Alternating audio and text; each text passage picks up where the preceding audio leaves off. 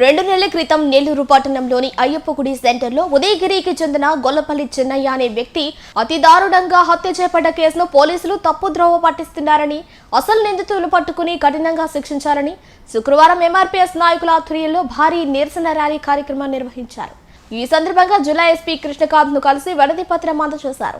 అనంతరం వారు మీడియాతో మాట్లాడుతూ హత్యకు గురైన గొల్లపల్లి చిన్నయ్య కలువాయికి చెందిన రిటైర్డ్ డాక్టర్ సత్తెనపల్లి ఓబుల్ రాజు, వారి కుటుంబం చిన్నయ్య కుటుంబంతో చాలా సన్నిహితంగా ఉండేవారని, ఇద్దరూ కలిసి రియల్ ఎస్టేట్ వ్యాపారం చేస్తున్నారని, కానీ మృతుడు చిన్నయ్యకు మాకు ఎలాంటి సంబంధం లేదని ఓబుల్ రాజు చెప్పడం మాకు వారి కుటుంబంపైనే అనుమానం ఉందని తెలిపారు. గత 2 నెలల క్రితం ఇదే నెల్లూరు నగరం అయ్యప్పగుడి సెంటర్ నందు మా సోదరులు గొల్లపల్లి చిన్నయ్య అత్యంత కిరాతకంగా దారుణంగా హత్యకు గురి కావడం జరిగింది. ఆ సందర్భంలో పోలీస్ పెద్దలు 7 బృందాలుగా విచారణ చేపట్టి జిల్లా వ్యాప్తంగా అనేక విధాలుగా విచారించి అంతిమంగా తోడు పండుకున్నటువంటి ఒక ఉపాధ్యాయుడు వెంకటేశ్వర్లు ఈ హత్య చేశాడని అరెస్ట్ చేసి చూపడం జరిగింది. అరెస్ట్ పట్ల ఎంఆర్పీఎస్ ఆ రోజు నుంచి ఈ రోజుకు అనేక మార్లు ఐఓ గారిని కానీ లేదా డిఎస్పీ గారిని కానీ లేదా ఎస్పీ గారిని కానీ ప్రత్యక్షంగా పరోక్షంగా కలిసి అనేక మాటలు ఈ కేసు విషయంలో అనేక అనుమానాలు ఉన్నాయి. ఈ కేసు విషయంలో విచారణ మంచిగా జరిగినట్టే జరిగింది, అంతిమంగా తప్పుదోవ పట్టింది. ఒకే ఒక్కడు ముద్దాయి చూపించి పోలీసులు చేతులు తుడుచుకోవడం జరిగింది.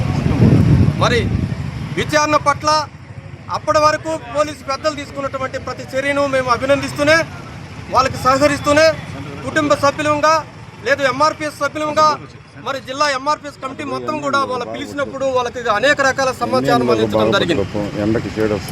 ఆ తదుపరి విచారణ అంతా పూర్తయిన తర్వాత అరెస్టు చూపే సమయంలోనే రాజకీయ ఒత్తిళ్ళ, ఆర్థిక ఒత్తిళ్ళ లేదా పోలీసు శాఖలో వాళ్ళ కమ్యూనిటీ పోలీసుల యొక్క పాత్రతో ఈ కేసును తప్పుదోవ పట్టించడం జరిగిందనేది ఎంఆర్పీఎస్ యొక్క నమ్మకం. విచారణ లేదు, మరి పోలీసు కస్టడీకి తీసుకున్నటువంటి ముద్దాయిని కూడా తూతూ మంత్రంగా విచారించి విచారణకు సహకరించలేదని కూడా మళ్ళీ తిరిగి సబ్మిట్ చేయడం జరిగింది. ముద్దాయిగా చూపట్టినటువంటి వ్యక్తి చాలా బలహీనుడు, మరి వయసు కలిగిన వాడు. అదే హత్య కాబట్టినటువంటి గొల్లపల్లి చిన్నయ్య దృఢంగా ఉంటాడు, బలంగా ఉంటాడు, యుక్త వయసులో ఉన్నటువంటి యువకుడు. ఆ ఒక్కడైతే ఈ వ్యక్తిని కొట్టి చంపలేడు అనేది కూడా మేము కాదు యావత్ సమాజం నమ్ముతుంది. మరి అలాంటి పరిస్థితిలో పోలీసులు ఎందుకు ఇంత ఐడ్రామా, పోలీసులు ఎందుకు ఇంత తప్పుదోవ పట్టించి కుటుంబాన్ని బజారు పాలు చేసి దోషులంటే ఆ యొక్క ఇంటి యజమానైనటువంటి చిన్నయ్య గారి పార్ట్నర్ అయినటువంటి డాక్టర్ ఓబుల్ రాజు గారి పాత్ర మీద సమగ్ర దర్యాప్తు జరపకుండా మరి కేసుని తప్పుదోవ పట్టించడం జరిగింది. మీడియా ముఖంగా కొన్ని విషయాలు బయటకు చెప్పలేనటువంటి పరిస్థితి. పెద్దలారా, మీడియా మిత్రులారా అర్థం చేసుకోండి. మేము మహిళలను కించపరచాలనో లేదా ఇంకో విధానం అని కాదు, కొన్ని విషయాలను దాచిపెట్టుకోవాల్సినటువంటి సందర్భం. మరి ఏ కోణం చూసినా కోట్ల రూపాయల ఆర్థిక సంపాదన ఉంది. దాంట్లో 2 పార్ట్నర్లు, కుటుంబ సభ్యులతో అత్యంత సన్నిహిత సంబంధం కలిగి ఉన్నది. మరి ఆ రాత్రికి రాత్రి హత్య చేయబడితే కుటుంబ సభ్యుల నుంచి కానీ, అంటే కుటుంబ సభ్యులంటే డాక్టర్ గారి ఫ్యామిలీ, గొల్లపల్లి చిన్నయ్య గారు ఒక కుటుంబ సభ్యుల మాదిరిగా అన్యోన్యంగా గత 15 సంవత్సరాల నుంచి కలిసిమెలిసి ఉన్నటువంటి పరిస్థితి. చిన్నయ్యకు అనేక సందర్భాల్లో అనేక సమస్యలు వచ్చినప్పుడు ఆర్థికంగా కూడా ఆదుకొని కంటికి రెప్పలాగా కాపాడుకున్నటువంటి వాళ్ళు. చిన్నయ్య హత్య గావించబడి వాళ్ళ ఇంట్లో నిర్జీవంగా రక్తగాయాలతో పడి ఉంటే కనీసం తొంగిచోడు నాటకం రాకపోవటానికి ఇక్కడ బలమైనటువంటి అనుమానం తావిస్తుంది.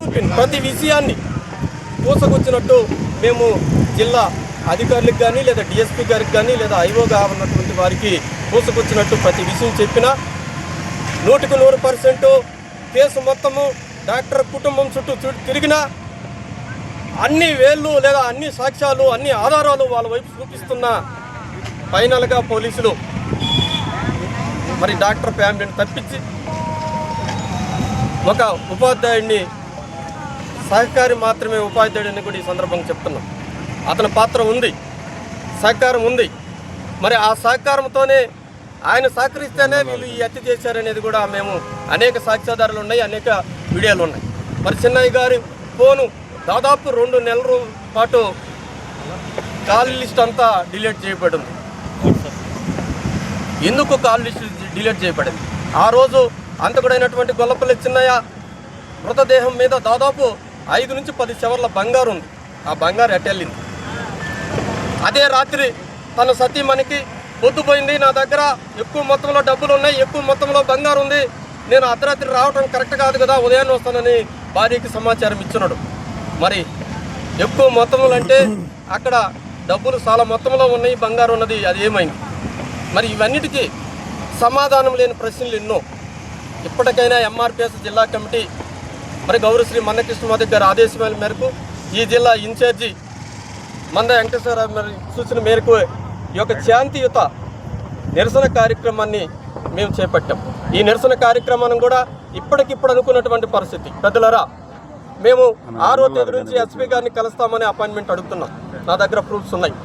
6వ తేదీ అంటే మరి మేము 8వ తేదీ అడిగినాం. 8వ తేదీ అడిగితే సార్ 8 నుంచి 10 అందుబాటులో ఉండడు, 11 వస్తుండంటే మేము 11 వచ్చాం. 11 ఉదయం సీసీ గారు 10 గంటల పైన సార్ అందుబాటులో లేడని మెసేజ్ పెట్టాడు.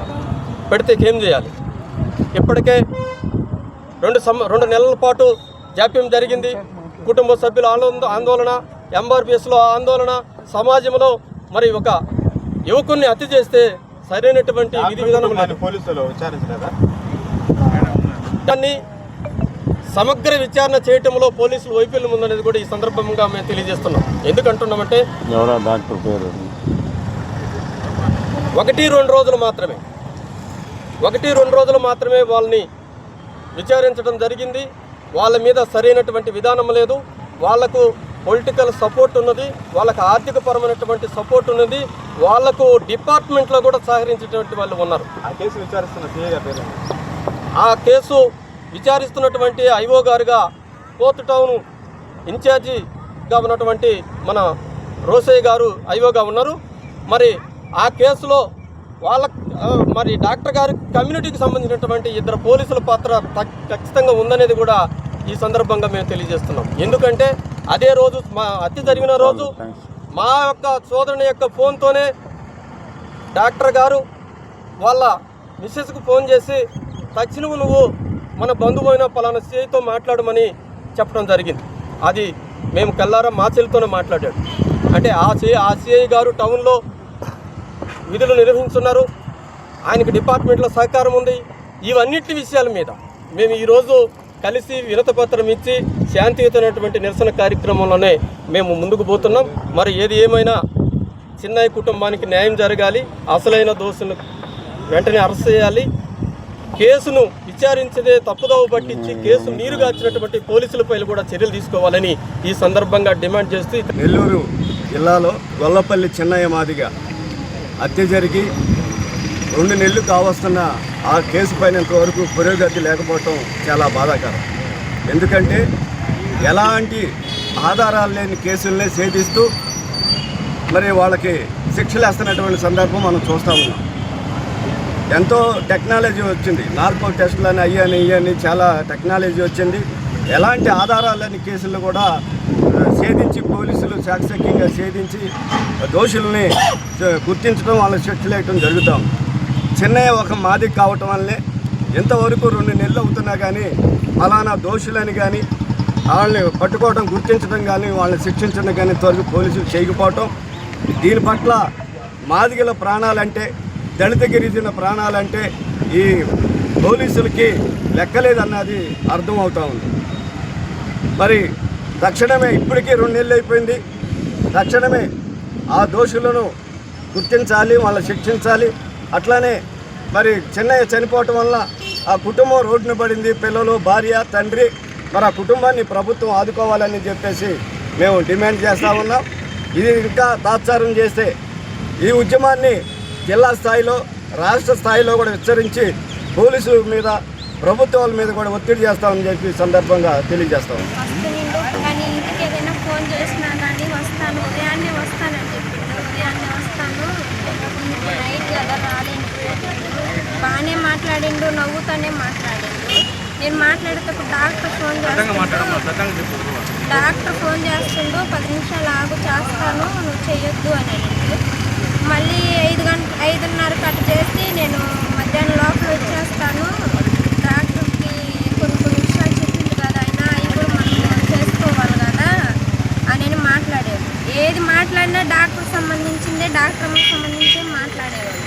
డాక్టర్ ఓబుల్ రాజు డాక్టర్ ఆమెతోనే బాగా మాట్లాడు. నైట్ 1 గంటకు మాట్లాడినా మాట్లాడుతుంది, 2 గంటలకు మాట్లాడినా మాట్లాడుతుంది. మనం ఏదైనా అడిగితే మమ్మీ డాడీ అన్న ఇదిలోనే మాట్లాడేది. చనిపోతాడన్న 20 రోజులు కూడా మా దగ్గరికి వచ్చి చిన్న పిల్లలు వచ్చిందో, నీ పిల్లలు అమ్మడి పిల్లల్లాగా ఉంటారు, ముద్దుగా ఉంటారని కూడా పిల్లల్ని కూడా దగ్గర తీసుకొని కూడా మాట్లాడేది. ఆ లోపల అంతా చేసేసింది. వాళ్ళకి తెలియకుండా ఏది జరగదు. ఆ ఇంటి పునాది కాడి నుంచి మొత్తం మా ఆయనే కట్టించిండు, మా చిన్నయ్య కట్టించిండు. కనీసం ఇంత జరిగింది, చిన్న కార్యమైనా మా ఇంటికి వస్తుంది, చిన్న పురుడైనా కానీ మా ఇంటికి వస్తారు. ఇంత జరిగితే ఇన్న నోరు లేని బిడ్డలు వేసుకొని నేను రోడ్డు నిలబడితే ఇంత జరిగితే కనీసం ఒక మాట కూడా మాట్లాడాలి. అది ఏమైంది, ఎందుకు జరిగింది వాళ్ళకి తెలియకుండా ఏం జరగదు, మొత్తం వాళ్ళ సంవత్సరంలోనే జరిగింది. కనీసం ఆ హాస్పిటల్కి కూడా రాలేదు, నా పిల్లల సై కూడా చూడలేదు. ఇంత కష్టంలో మేము ఉన్నప్పుడు కనీసం ఏమైందని కూడా అడగాలి కదా. అంత జరిగినప్పుడు కూడా ఇంత నిర్లక్ష్యం, పోలీసులు కూడా ఇంత నిర్లక్ష్యం చేస్తారని నేను అనుకోలేదు. నాకు నా బిడ్డలకు న్యాయం కావాలి.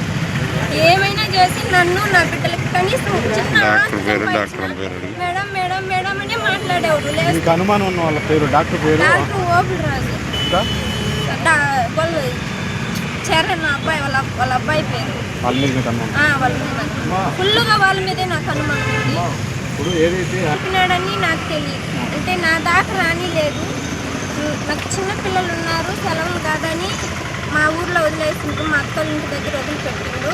నేను 10 రోజులలో మొత్తం అన్నీ చేసేసుకొని వస్తాను, మనం ఉదగిరిలో పెట్టుకుని ఉదగిరిలోనే ఉండాలి, చదివించుకోవాలి పిల్లలనే ఆధారపడింది. కానీ ఆ మాట్లాడింది అట్టెట్టబోతువు అన్నీ ఇక్కడ వదిలేసి భార్య బిడ్డల కాడికి ఎలా పోతామని అడిగింది.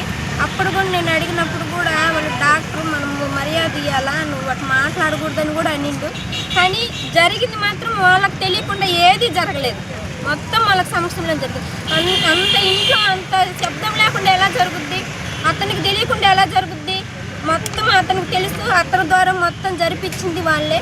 కానీ ఇప్పటికి మాకు న్యాయం జరగలేదు. 2 నెలలు అయింది, చిన్న పిల్లలు రోడ్డు మీద ఉన్నాం మేము. కనీసం ప్రతి ఒక్క వస్తువు సంపాదించినా కానీ అక్కడే పెట్టేవాడు, ఇంటి దాకా కూడా వాళ్ళు లేరు అని మాటలే అంటున్నారు. లేదు, మా దగ్గరగా కూడా పిలిచి మాట్లాడించలేదు. కనీసం ఇంతవరకు ఒక ఫోన్ చేసి ఎలా ఉండవని కూడా అడిగిన వాళ్ళు లేరు. వాళ్ళ మీదనే నా అనుమానం, నా డౌట్ మొత్తం వాళ్ళ మీదనే. వాళ్ళు లేని ఏం జరగదు.